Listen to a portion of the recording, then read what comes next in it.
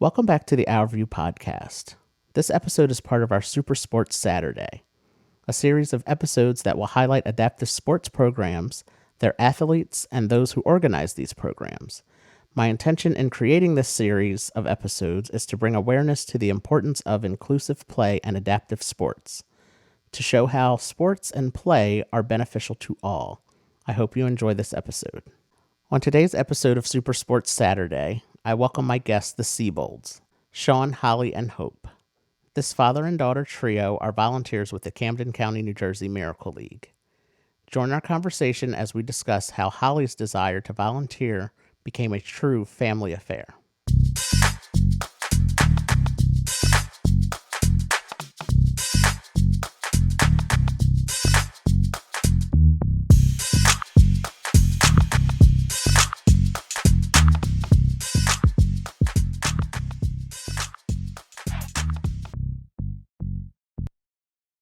Welcome all of you to the OurView Podcast. And as I mentioned, on Saturdays in October, I'm highlighting adaptive sport programs. So today I have invited Holly, Hope, and Sean to the podcast. They are volunteers and coaches for our Camden County, New Jersey Miracle League. And I just wanted to share our conversation with all of the listeners about how you all became involved with the Miracle League. Start with Holly, and how did you find out about the Miracle League? Because you are one of our first volunteers, so I think it's appropriate we start with you. How did you find out about the Miracle League? I found out about Miracle League because you talked to one of the Cherry Hill schools, and one of my old friends was there, and she told her mom, who told me about it, and I knew I wanted to get involved. So I started signing up and going to the games, and I saw that back in 2016, 2015-ish, you guys didn't have a lot of volunteers, and I knew that I could probably get a solid group together at Cherry Hill East to come. And originally the teachers were on strike and everything, so I wasn't allowed to have a club. So I had a group chat with all my friends who said they would do it, and then they would add their friends, and then eventually, after a little battle the school, they finally let me, and since then I've been volunteering with the league. Yes, that is still one of my favorite stories to tell, how you all showed up with maybe 4 people the first day, and then every week you came back with more people, which was so amazing. And as you mentioned, your teachers were on strike, so this was all organized by students. High school students, which furthermore impressed me because when I was in high school, I was not that organized, and so it was really, it was really interesting to see you all so well organized to, bring everybody together and just keep adding people, and then those people would bring more people, and then before I knew it, you all had a club organized at your school, and then. So right when you began volunteering, you introduced your sister Hope to the Miracle League, and is that how you became involved with the Miracle League, Hope? Yes. So I was still in middle school when we first started volunteering. I think I was in 8th grade, so I wasn't really a part of creating the club at the school yet. But I also had a couple of my friends start, and then my first year of high school, I think, is when the club actually got to have its first meeting.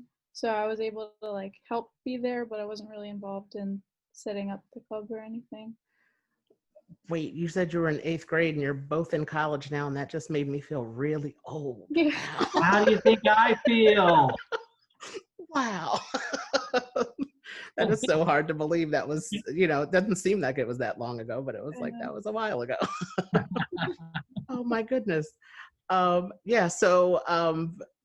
it just keeps moving right along, because it started with Holly, and then Hope joined, and then as you all were coming to volunteer at the games, both of your parents were showing up to sit in the stands and cheer the teams on and everything like that. And so that brings Yeah, so that brings their dad, Sean, into the conversation now. So Sean joined as a volunteer with the Miracle League. He is now one of our coaches. And so how did you become a part of this Miracle League family, Sean? Well, yeah, obviously I was originally the ride giver, and then having both daughters at the time, both who didn't have driver's license and their friends who didn't have driver's license. So that's how I got, and I would come to the games and I would just take this all in when you were there, just seeing it. And it was like, wow.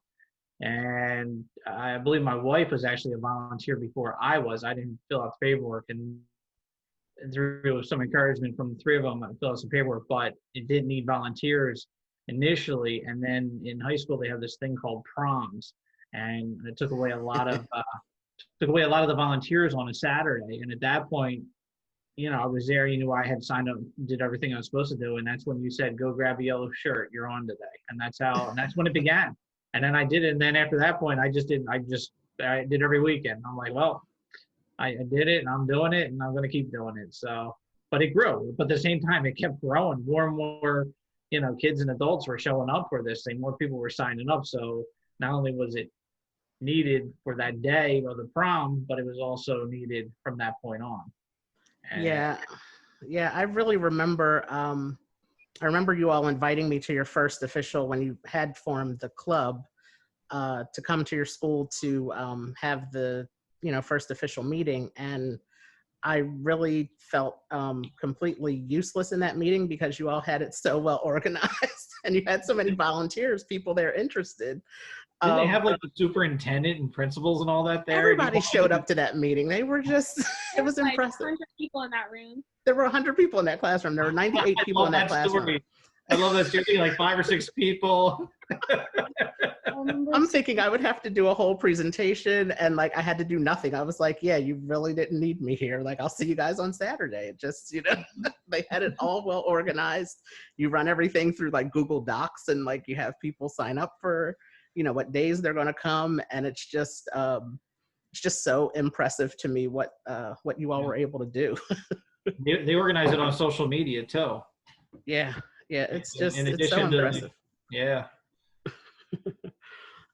So have any of you, I know, Holly, you were in high school, and Hope, you were in middle school, but did either of you have any prior experience working with people with disabilities before you came to the Miracle League?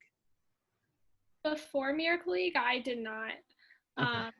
Miracle League was my first experience working directly with disabled people. Now, as I've gotten older and I'm pursuing a career in medicine, I've worked in both EMS and as a medical scribe. So since then I have, but before that, no. Miracle League was also my first time working with disabled people. Yeah, what about you, Sean? Had you had any experience working with people with disabilities? Yeah, I did. A lot of times in the summers, I would spend them down the shore, and a neighbor of my family's, who actually, he still is a neighbor of my family's, had Down syndrome and has Down syndrome, and just grew to know him like a brother, and we did stuff kind of on a daily basis. Usually would result us into, and you would appreciate this, Art, watching wrestling. Yes. After we would hang out and do fishing and teach him how to surf, how to use the belly board the right way, and it would always result into a time moment. He'd actually had to watch, and we knew what time to go up and watch wrestling. Back when it was good. Yes, back when it was good. Yes. You're right. Yes. So yeah, and he would do his Hulk Hogan impression on the beach and tear the shirt off and everything. He had like 100 of them because he was giving them and everything. It was hysterical. So that was, but it was a very limited. But yeah, I did have some, but just a very limited, just with one person. Yeah, I think I think that's what impresses me most about a large majority of our volunteers, and especially Hope and Holly and the rest of your classmates being middle school and high school students. And I've said it before on some other episodes of my podcast, I know you all have a requirement of volunteer hours you have to complete for certain classes for your high school for your time in high school, but the fact that you all choose to come to the Miracle League and spend your time there on Saturday mornings of all days is just really, again, it's impressive to me, because I don't know if I would be volunteering on a Saturday morning, especially, you have to be there at 9:30 in the morning. And you two specifically are two of the most dedicated volunteers. As I mentioned, you're now in college, and you've both showed up, back at games even after you left high school, and you're definitely asked about when you're not there, and by the other volunteers and by some of the players. We all know and love Danny, and if Holly's not there, he just well, where's Holly? And that's you're his volunteer, and he doesn't really want anybody else to be his volunteer. Yeah. So the fact that that the two of you didn't have any experience working with people with disabilities, and you chose the Miracle League to be your place to volunteer is really really a great thing. And I'm glad that since then you've gone into the medical field, Holly. That's really great. And I know I've written some recommendation letters for both of you, and I will anytime you need me to do anything. It's not a problem ever. Sean, with you having the limited experience of your one friend, but it sounds like you all had a great time and did a whole bunch of fun stuff. So that's so that's a really good thing as well. And it also, art, it also changed both of my daughters' paths in life. Holly's going into the medical field, Hope's at Drexel doing biomedical engineering. She, saw the contraptions, I guess you would call them, that the adults and kids with disabilities have, and then she was like fascinated by it. And she was like, I could do something with this. I could do something better, and started looking into that field. And now she's majoring in college. And both of them are at local colleges over in the city, so they are able to still come to Miracle League. Yeah. So. Yeah, that's great. And then we came to find out very strangely, I forget how it all came about, that I actually knew your family like years ago through. Hair. It's art. No, this is art. No, we met Art. We know Art. No, you didn't, Dad. No, you didn't, Dad. Still, They won't admit to it that I was right, but we know Art. We know the deal. I don't know this story. We met him at the surprise birthday party for Chris Creaney. At the Creaneys, yes. We hung out with Art the whole time, and I said, what a great guy. We're like, no, that's not the same Art. Because you changed your hair, Art. That's what it was. You changed your hair. I changed my hair, and the connection with that is that Chris Creaney is Lindsay's mom. So her daughter Lindsay is one of the reasons why I started this OurView company. So that's so it's really crazy that I did know you all many years ago, and then then you all came to the Miracle League, and it was like, wait, we do know each other. So that was a great connection to make, and it kind of ties this whole thing in together in a very very great and interesting way all at the same time. So what would you say has been the most rewarding thing that you have either learned or experienced as being a volunteer for the Miracle League? Let's start with Sean for this one. Oh, hands down, especially when at the beginning of the season. You see it every game, but the beginning of the season, because there's been time in between, whether the summer or whether it was the winter in between, when they show up for the first game, the excitement on the faces. They're just, you see it. They show up, and the smiles are there. People will see each other, remember each other, and it's become family, and just everybody just knows they're going to have a good time. It's going to be a good day. It's going to be a lot of fun. That alone, right there. We literally could just not play the game and just have that moment there, and we're good. That's what's most rewarding to me. And it's that way every single game. It is. It really is. And like you said, during the breaks that we have between the winter and the spring, and then between the summer and the fall, it's, you see the differences in, how tall some of the players have gotten, and Danny, of course.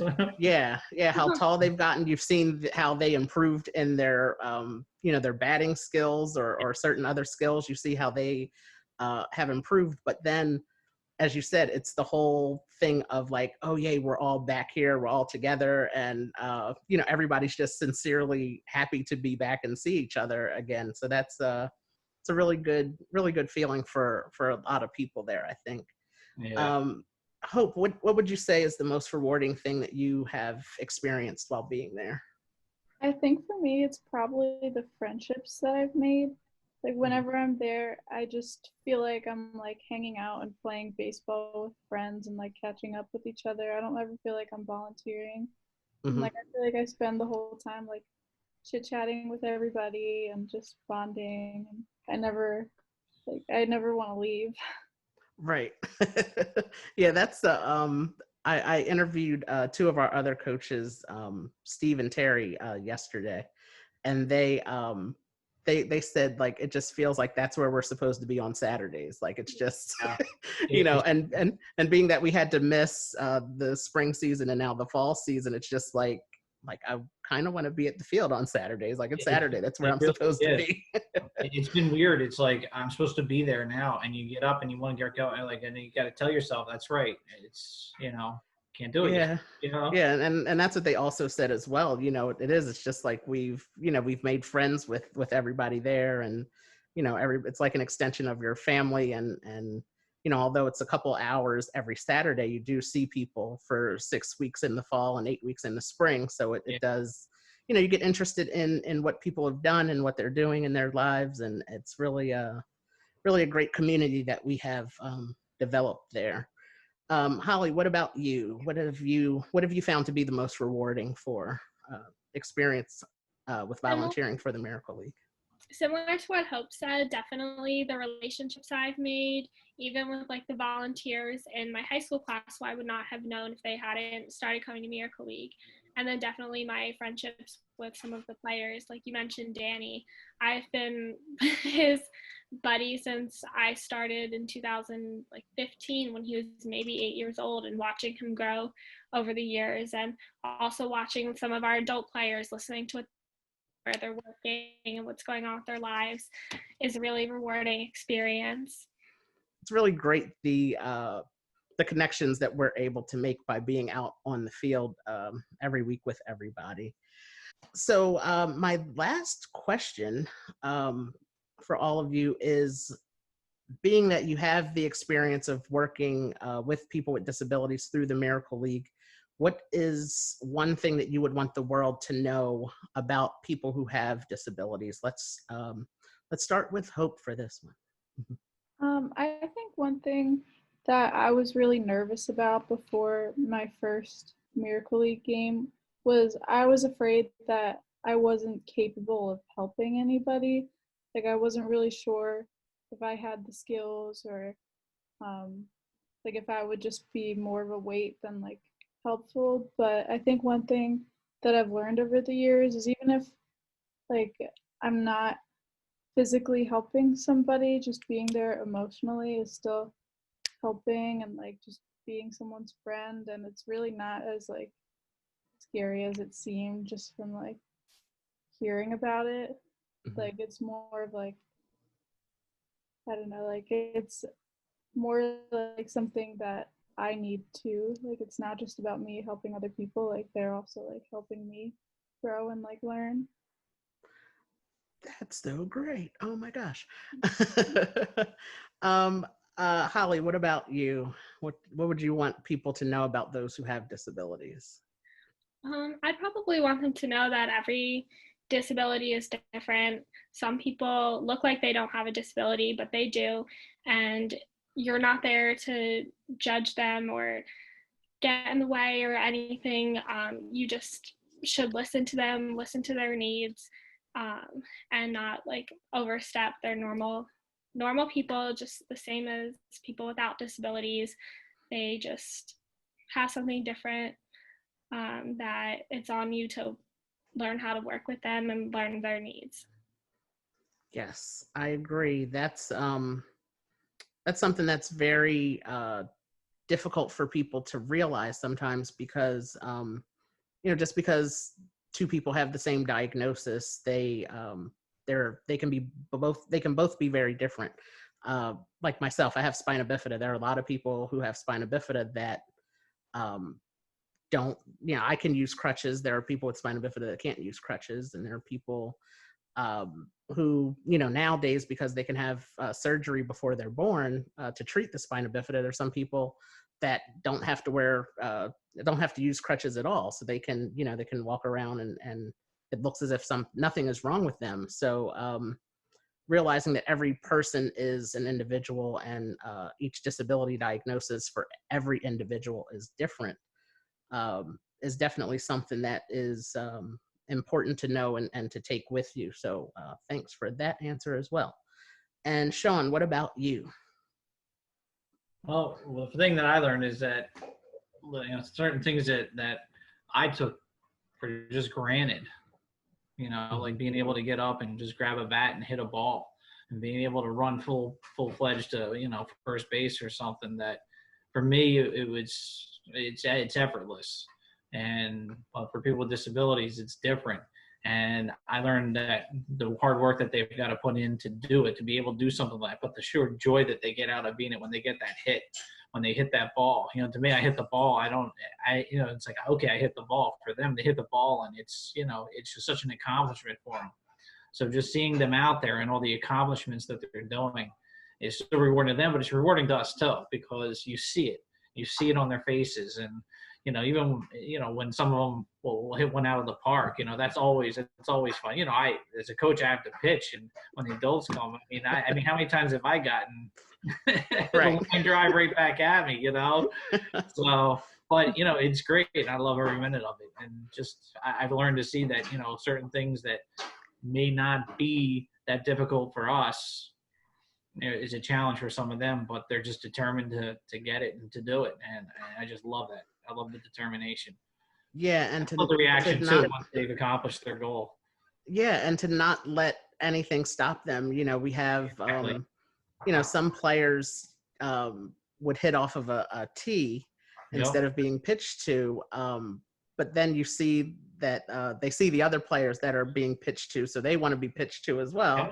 And it may take 8 or 10 pitches, but they get it and they stick with it, and they don't get discouraged, and everybody gets behind them, and they want to cheer them on as well, and just wishes everybody wishes each other well, and they it's just the determination of it all is really a great thing to see, and the great team, the teamwork, and the encouragement that everybody gets from each other is really a good thing to see as well. So and the encouragement is wonderful to see all around.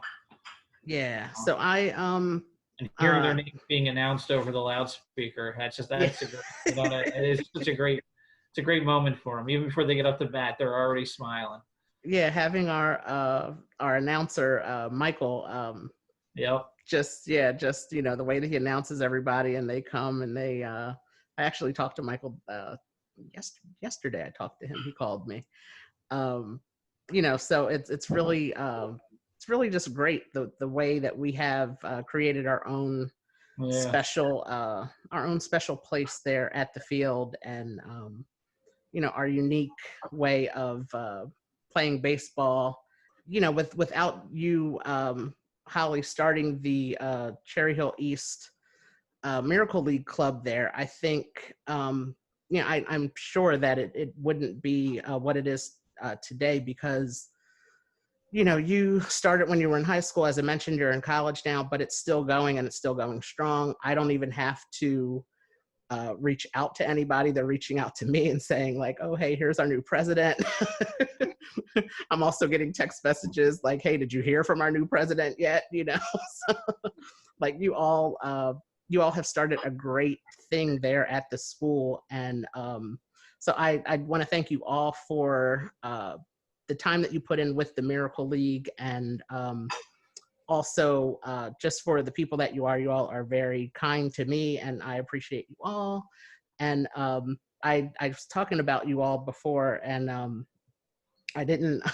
I interviewed the guy from the Mercer County League, and I was telling him the story when Hope, you said you wouldn't. You would be late to the game, and then when you showed up, your dad goes, "Oh, well, look who it is." I said, "Hey, she texted me and told me she would be late." She said, "Don't you texted mess you. with She her." never texts me. I said, "Don't you mess with her." I said, you deal with that at home. I said, but on the field, these are my kids. I said, you don't start any mess with my kids out on this Just field. text Art. She text you. Yeah, he was like, "Wait, she did?" I said, "Yeah, she texted me. I knew she was coming. She said she would be late." Wow. All right, so Art, I'm going to start texting you to find out what they're up to, okay? Yes, you can. Okay. Uncle Art. yes, you can. But you all are, like I said, you all are just great, and Tanya as well, your wife and your mother. You all are just great people, and I appreciate you all, and thank you for your time. We appreciate you, Art.